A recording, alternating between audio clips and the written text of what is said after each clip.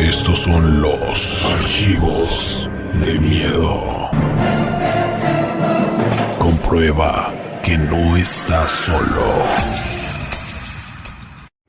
Tienes una historia con seres de otro mundo, experiencias paranormales que te hayan sucedido a ti, a un amigo o a un familiar. Ponte en contacto con nosotros y serás parte de los archivos de miedo. Nuestra abuela murió. Su única heredera era mi madre, así que recibimos la única posesión de la abuela, una casa vieja en el Alto del Camelio, como llamaban aquel alto donde terminaba el barrio. La casa, aunque vieja y un poco acabada, era habitable, y como mi familia no tenía casa propia, solo fue formalizar los trámites y nos trasladamos a vivir allí. Mi hermano mayor de 22 años, mi padre, mi madre y yo de 12. Papá dijo que con el tiempo le haríamos algunas reformas, pero tratando de conservar su originalidad, ya que era una casa de una época pasada y su estructura se veía muy bonita. 15 días después de habitar la casa, empezaron a ocurrir fenómenos inexplicables. En las noches se sentían pasos acompañados de una respiración cansada, como de una persona enferma o de alguien que acababa de llegar muy lejos. Mi padre no creía en fenómenos paranormales y cada que sentía aquel ruido saltaba de su cama, buscando dar con el individuo que causaba aquel ruido. Al comienzo solo lo sentíamos en la sala, pero al pasar de las noches recorría el zaguán y toda la casa. Como 3 semanas después de sentirlo la primera vez, empezamos a escuchar unos lamentos, al parecer de una persona diferente, ya que mientras los pasos se escuchaban en la cocina, los lamentos se oían en la sala. Todo esto nos estaba volviendo locos. Mi hermano, aunque mayor, ya no dormía. Decía que el demonio venía por nosotros. Los ruidos fueron en aumento. 3, 4, 5, más personas diferentes según los ruidos. Risas, llantos, gritos, pasos, lamentos, eran nuestro constante suplicio todas las noches. Mi madre no aguantó más. Consultó a una amiga que decía ser bruja y medium. Fue y visitó nuestra casa. Dijo que efectivamente, ahí habían fuerzas del más allá que no podían dejar este mundo, pero la energía que se sentía no era de maldad, más bien de sufrimiento. Lo primero que debíamos hacer era averiguar la historia de aquella casa para saber cómo actuar. Al día siguiente, mi padre y mi hermano fueron a la biblioteca municipal, pero había poca información, así que la bibliotecaria les recomendó visitar a un anciano, que además de escritor histórico, era el más anciano del pueblo. Cuando llegamos allí, nos saludó como si nos conociera y nos invitó a entrar aún sin conocernos. Nos dijo que si éramos los dueños de la casa del Alto del Camelio. Si era así, ya sabía a qué íbamos. Nos contó que hace muchos años allí fue un refugio para personas que perseguían los alemanes en la Segunda Guerra Mundial. Aquel lugar estaba abandonado y decían que allí habitaba el diablo. Por eso nadie se atrevía a ir ahí, ni los mismos alemanes se atrevían. Un día, el único hombre que llevaba suministros murió dejando allí a casi 12 personas, algunas enfermas, otras heridas.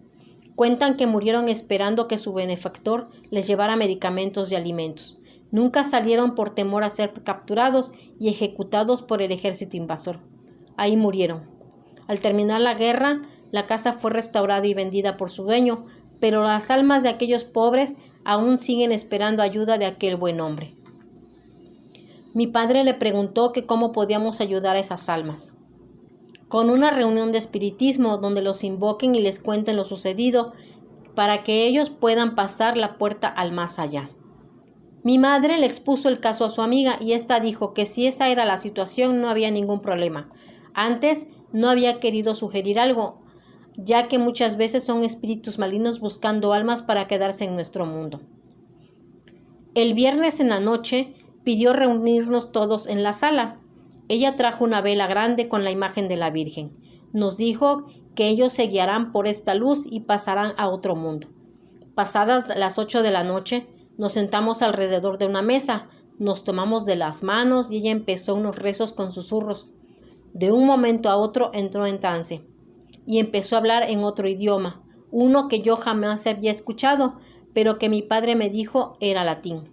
Al cabo de unos 45 minutos ella volvió en sí. Nos dijo que todo había acabado, que allí habitaban 16 almas, entre ellas 3 niños, pero ya habían cruzado el umbral. Efectivamente, desde aquella noche no volvimos a escuchar nada. Vivimos felices en nuestra casa propia. Lo que mi madre aún no comprende es cómo su madre, mi abuela, vivió allí más de 20 años sola, sin quejarse de los ruidos o los espíritus. Estás escuchando Archivos de Miedo. Te invito a suscribirte al canal. Dale like, comparte y deja tu comentario. Era viernes por la noche y después de pasar toda la semana concentrado en los estudios, Raúl tenía ganas de salir. Había quedado con 2 amigos en la discoteca, pero en el último momento le dieron la noticia de que les había salido un plan mejor. No obstante, decidió ir de todas formas, ya conocería a alguien ahí. Mientras conducía la moto empezó a llover. Aparcó en un callejón lateral, bajó unos balcones y dejando su moto junto a una farola. Cuando se giró para dirigirse a la entrada de la discoteca, vio a una chica que le estaba observando. Llevaba un vestido de verano, totalmente empapado, y por su rostro corrían lágrimas negras debido al rímel. Se acercó a ella y al ver que temblaba por el frío, Raúl le ofreció su chaqueta. La chica sonrió y accedió a entrar con él en el local. Pasaron toda la noche hablando y no salieron hasta las 5 de la madrugada. Él la acompañó hasta su casa y al despedirse ella le dio un beso en la mejilla. Raúl estuvo todo el día siguiente pensando en la chica y al final decidió presentarse en su casa. Abrió una mujer mayor y le preguntó por su hija. Hace 3 años que murió en un accidente de moto, le explicó. El chico pensó que se trataba de una broma macabra, pero la señora le enseñó unas fotografías e incluso le propuso ir juntos al cementerio. Sobre la lápida de la joven encontraron la chaqueta que Raúl le había prestado la noche anterior. Esto fue Archivos de Miedo. Que tengan una excelente noche y dulces pesadillas. Los esperamos en nuestra próxima emisión. Y no olviden mirar debajo de su cama antes de dormir.